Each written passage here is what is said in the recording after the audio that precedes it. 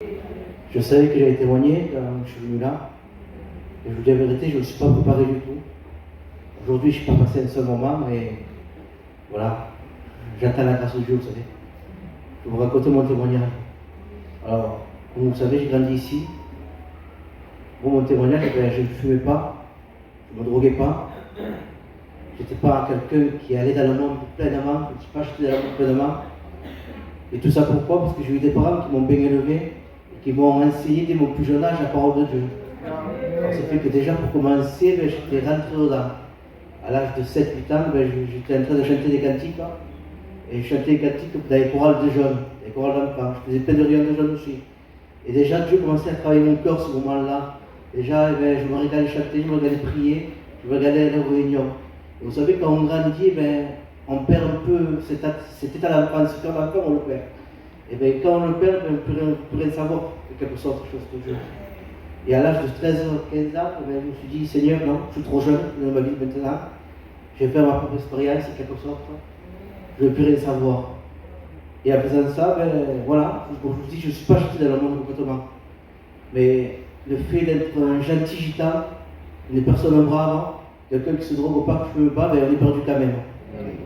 Et ce qui s'est passé, c'est que j'ai réalisé trop tard. J'ai réalisé à l'âge de 21 ans, il y avait que je passe par une tribulation dans ma famille. Cette tribulation-là, j'ai perdu mon oncle 40 ans, 45 ans.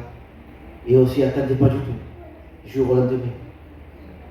Et voilà, bon, désolé, c'est difficile pour moi, je parle de lui. Vous savez que des fois, on s'accroche sur nos amis.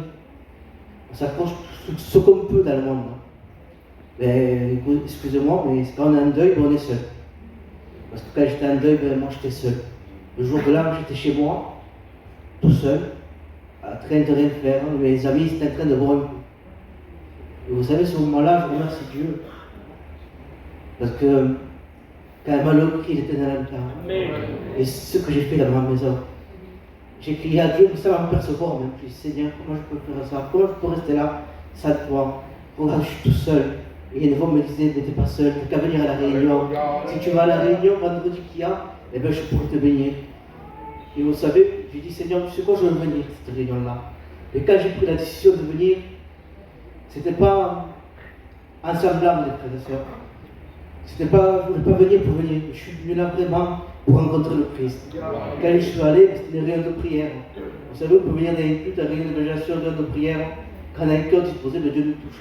Ce qui se passait, c'est que cette réunion de prière, Dieu a changé le plan. C'était une réunion d'évangélisation pour 2 âmes. C'était moi aujourd'hui, à ce moment-là, le champion. Et bien, la réunion s'est faite. Je ne m'avais pas levé l'appel. Bélo était venu, me poser les mains, il a prié pour moi. Et bien, depuis ce jour-là, frères et sœurs, je me suis repenti, les chiens m'ont brisé. J'ai changé ma vie complètement. Dieu a accompli ma vie de bonheur. Dieu m'a donné un foyer chrétien. Dieu m'a donné un enfant, mais je ne pouvais rien avoir. Qu'est-ce que je vous dis, les frères et sœurs? Dieu est extraordinaire, mes amis. Amen. Le seul conseil que je pourrais donner, ce n'est pas un conseil. C'est réaliste, les frères. Donnez votre corps à Dieu. Parce qu'on ne sait pas là où l'endemain nous amènera. Que Dieu vous bénisse. Amen.